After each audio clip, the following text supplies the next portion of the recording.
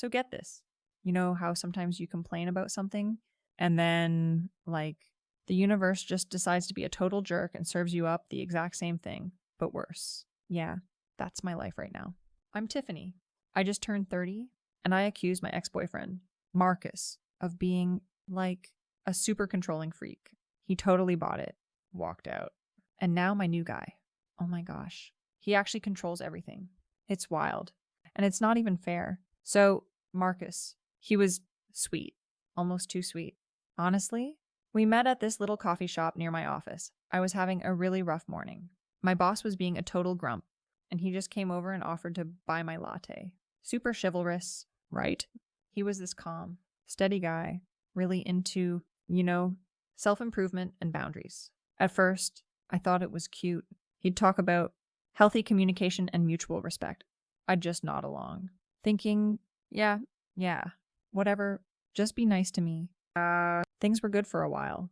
We lived in a cute little apartment in Dallas. Split the rent, mostly. I mean, he paid a little more sometimes, because my job can be up and down. But it was fine. He was super organized. Always had a plan for everything, which I found a little much, but I told myself it was good for me. He was the kind of guy who actually remembered anniversaries and planned little surprises. Cute, right? For like the first 6 months. But then he started getting weird. Or maybe I just noticed it more. He'd ask questions like, "Who are you out with tonight? Honey?" Or "What time will you be home?" And I'd be like, "Oh my gosh, Marcus, are you interrogating me? You're so controlling. I mean, who needs to know my every move? I'm a grown woman." He'd say, "I'm just checking in, Tiffany, because I care about your safety."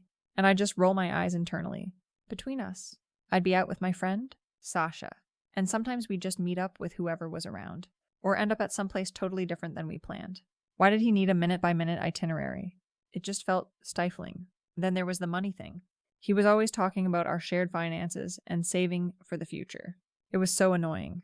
He'd look at my bank statements, not in a sneaky way, but he'd ask, "What was this charge for? Did you really need another pair of those sparkly heels?" And I'd get so mad. "Marcus, you're trying to control my money. This is my money. I earned it." I'd burst into tears. Usually, it always worked. He'd immediately back down, apologize, and say he was just concerned for our financial well-being. But honestly, what was it to him if I bought a few things I deserved? My job was stressful. My boss was always on my case. And retail therapy was, essential for my mental health. He just didn't get it. He'd always be making these little comments, disguised as jokes sometimes. Like, look, Tiffany found another way to stimulate the economy. Super passive-aggressive, right? It was maddening. He also had this thing about my friends, especially my guy friends. I have a lot of guy friends. They're just easier to talk to sometimes.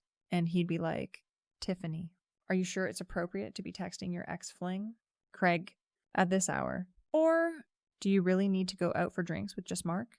He clearly has a crush on you. I mean, seriously? Marcus, you are so jealous and controlling.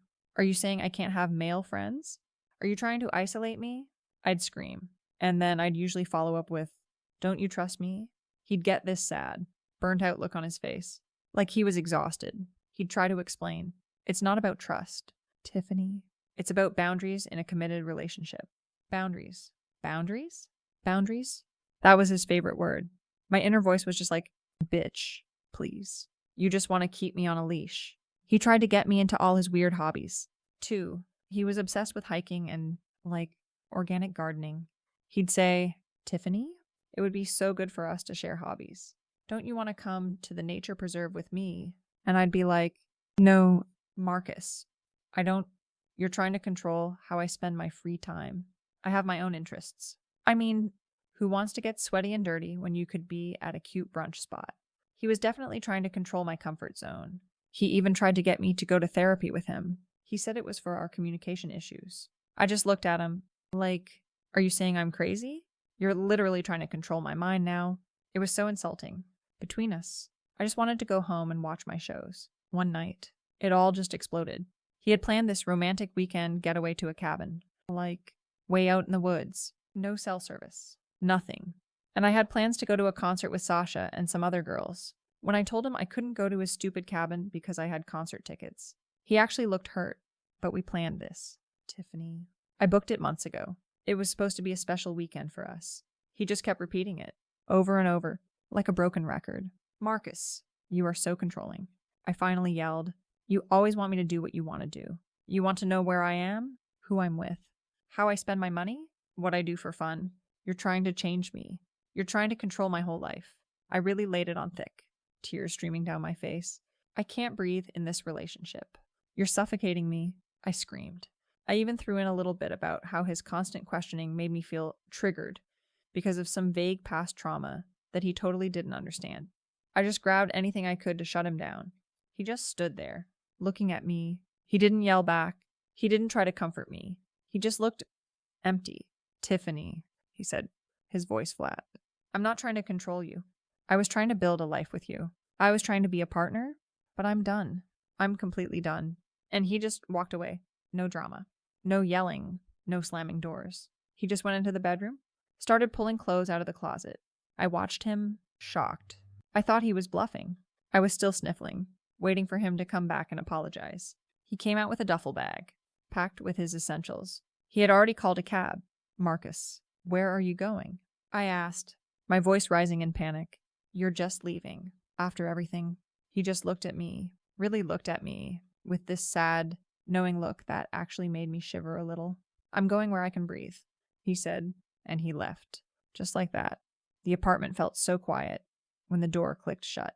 At first, I was so relieved. Freedom. I posted something super vague on Facebook, like, finally breaking free from toxicity. So much lighter now. All my friends commented with heart emojis, and you go, girl. It was validating. I went to that concert. Had a blast. Dated around a little bit. Mostly just guys who wanted to party. It was fun for a few weeks. Doing whatever I wanted. Not having to explain anything. No nagging about my spending. No questions about my whereabouts. It was glorious. But then, the apartment felt really big and empty. And my friends, they're great, but they have their own lives. Suddenly, I was alone a lot. My job, it's fine. But it's not exactly thrilling, and I started to miss having someone just there. Someone to split the bills with. Someone to make me feel less alone. I mean, Marcus was annoying, but he was always there. Then I met Leo. Oh my gosh. Leo, he was totally different. I met him at a bar. I was actually on a terrible first date with some guy who wouldn't stop talking about his crypto investments. And Leo swooped in, charming and confident. He had this intense stare, very direct. He was older, maybe mid-30s, and super polished. He dressed really well, always had the best car, and he had this air about him, like he knew what he wanted and he got it. He was decisive, which I thought was so refreshing after Marcus's endless let's talk about it approach. From the beginning, Leo was all in. Like, immediately, I want to spend every minute with you. Tiffany, he'd say, you're everything I've been looking for. He'd call me a dozen times a day, just to check in. I thought it was sweet, like he was so attentive. When I used to complain to Marcus about him not calling enough, Marcus would be like, I texted you. Tiffany, we just spoke an hour ago. See, Leo was better. He really cared. He also had strong opinions. About everything. My clothes, my hair, even my job. Tiffany, he said one day, your job seems so draining, and the pay isn't great. You're too talented for that. Why don't you focus on something more fitting for you? Something where you can be, available more. I thought it was so thoughtful. He was clearly looking out for my best interests. When Marcus used to suggest I look for a new job because he thought I wasn't happy, I'd yell at him for trying to control my career path. But Leo, he was just caring. It was different. He started helping me with my finances. Too, honey, he'd say, why don't you just let me handle all the bills? It'll be so much less stressful for you. You can just give me your cards, and I'll put it all into our joint account. I'm just so good with numbers, and I want to take care of you. I loved that. Marcus always wanted me to be accountable for my own spending. Leo just wanted to make my life easier. So I gave him my cards, and he set up all the transfers. He even took over paying my rent. It felt like being taken care of. Finally, I told my friend, Jessica. Leo is such a gentleman. He handles everything for me. She just looked a little weird, but whatever. She's probably just jealous. He didn't really like my friends that much, especially Sasha. She seems a little wild. Tiffany, he'd say, and her boyfriend seems shady. I worry about you with her. When Marcus used to express mild concern about Sasha, I'd accuse him of trying to isolate me. But with Leo, it felt different. It felt like he was protecting me. He genuinely cared about my safety and who I spent my time with. So I started seeing Sasha less and less. It wasn't a big deal. Leo was always around anyway. He filled up all my time. He always knew where I was. 2, always. If I went to the store, he'd text me every 5 minutes. Where are you? What aisle? Are you safe? Call me when you're leaving.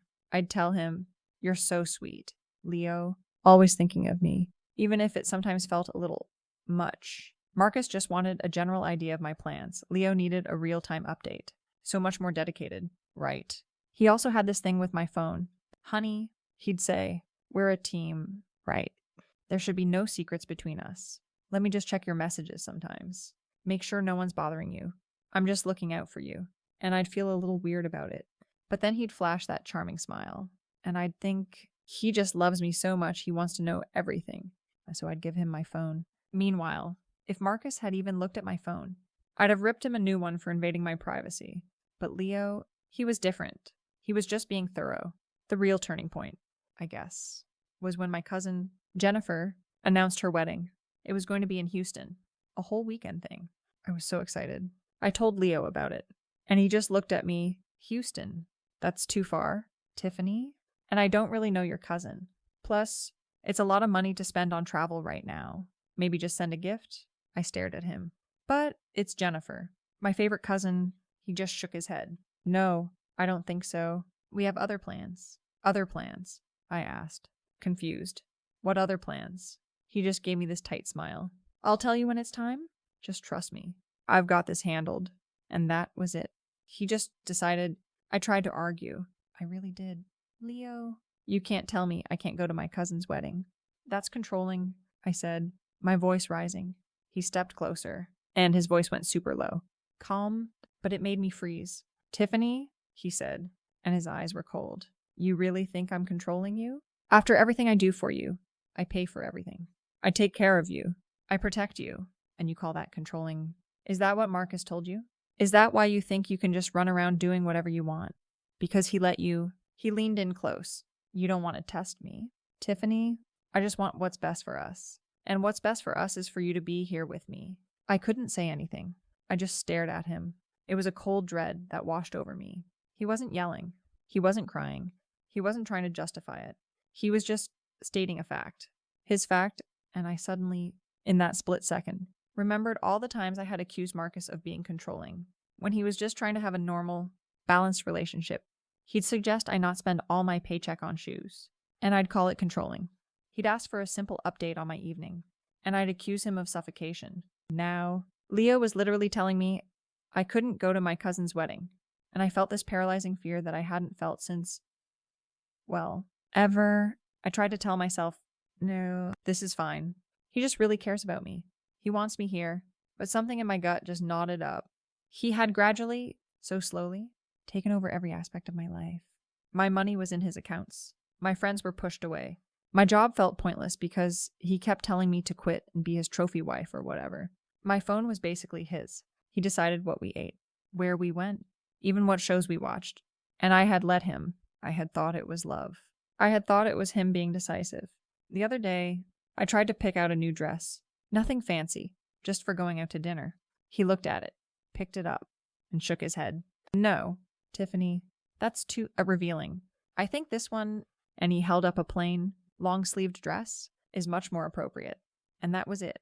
No discussion. No asking for my opinion. Just a decision. My brain screamed. This is it. This is actual control. But my mouth just said, oh, okay. Honey, you're right. This one is better. I don't even know why I said it. It just came out. I went on Facebook the other day, just to scroll, and saw Marcus. He looked good. No, like, really good. He was in a picture with this super cute, happy-looking woman, and they were, like, actually laughing. Genuinely happy. They were at some charity event. Something Marcus would totally be into. And his caption was something about building a life with real partnership. I wanted to throw my phone across the room. He was thriving, and I was here, basically a prisoner in my own home, dressed by my boyfriend, with no money, no friends, and no way to go anywhere without his say-so. I was so utterly isolated. I don't know anyone who would even believe me if I tried to tell them. I regret how things turned out. Sure, it's a total mess, but it's not my fault. It's Leo's fault for being so intense, and it's Marcus's fault for leaving me in the first place, for being so sensitive and not understanding what I really needed. If he hadn't been so weak and walked out, I wouldn't be in this situation with Leo. I just wanted someone to take care of me. And now look, I'm basically stuck. But I don't care about Marcus anymore. He got what he wanted. His perfect little life. And I'm just here, dealing with this. It's fine. I'll figure it out.